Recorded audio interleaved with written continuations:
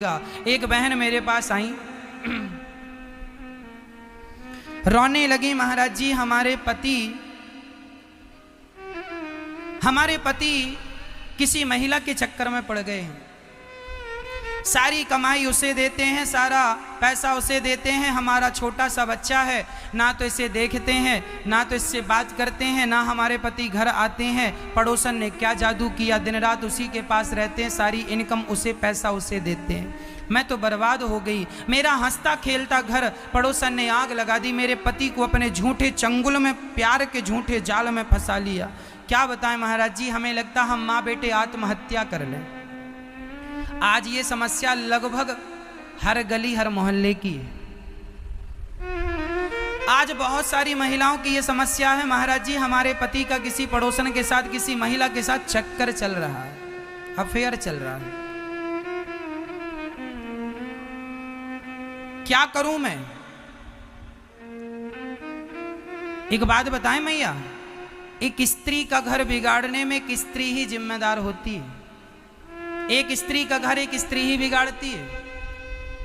इसीलिए मैं भारत की सारी स्त्रियों को एक बात कहना चाहता हूं हाथ जोड़ के, और भारत के सारे पुरुषों को कहना चाहूंगा हाथ जोड़ के, कि आप अपने चरित्र से ना गिरिए।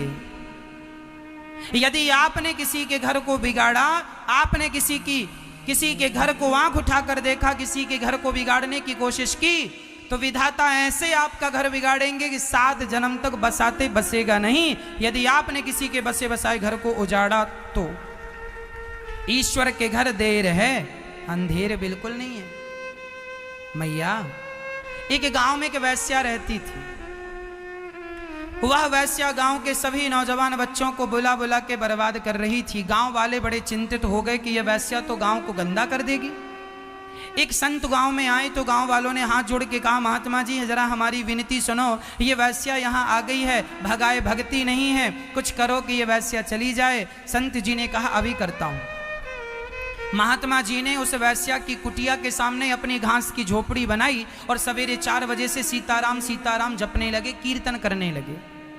अब जो वैश्या के ग्राहक थे वह बाबा जी की कुटिया में आने लग गए कुछ, और धीरे धीरे वैश्या का कारोबार डाउन होने लगा। एक दिन वैश्या तंग आ गई और वैश्या ने अपने यारों से कहा, जाओ और बाबा जी की कुटिया में आग लगा दो, आग लगा देंगे तो भाग जाएगा। वैश्या ने आग लगाई, अपने यारों से आग लगवाई, बाबा जी की कुटिया जलने लगी, संत की कुटिया जलने लगी।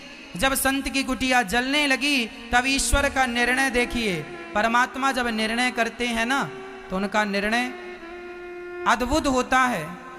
जब संत जी की कुटिया जलने लगी तो परमात्मा ने जरा सी हवा चलाई, और जब हवा चली ना मेरी माँ, तो संत जी के घर की आग उड़ उड़ के वैश्या के घर में जाने लगी और वैश्या का घर जलने लगा। वैश्या दौड़ी दौड़ी आई, महात्मा जी आपने मेरा घर जला दिया।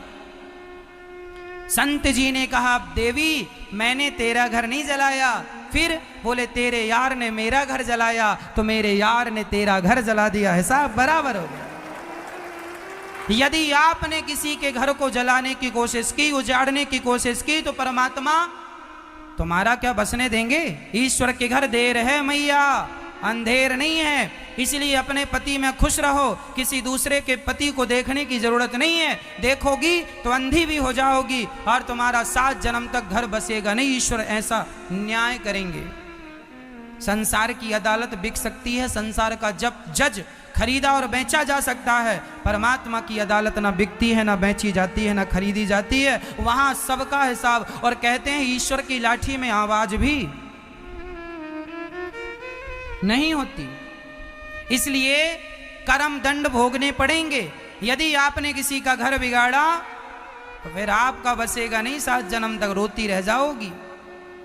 इसलिए अपने पति के साथ मस्त रहा करो, खुश रहा करो, जैसा भी तुम्हारा पति खुश रहा करो। किसी पत्नी की तरफ, किसी पति की तरफ देखने की जरूरत नहीं है।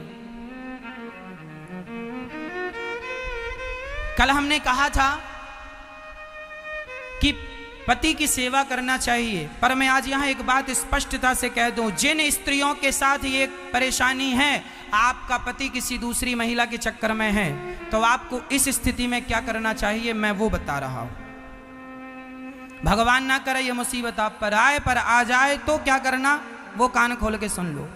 यदि आपका पति किसी महिला के चक्कर में पड़ जाए और आपको पता चल जाए कि इस महिला के चक्कर में पड़ा है, तो पहले उस महिला को प्यार से समझाओ, देख समझ जा, दोबारा मेरे पति की तरफ देखना मत, वार्निंग दे दो।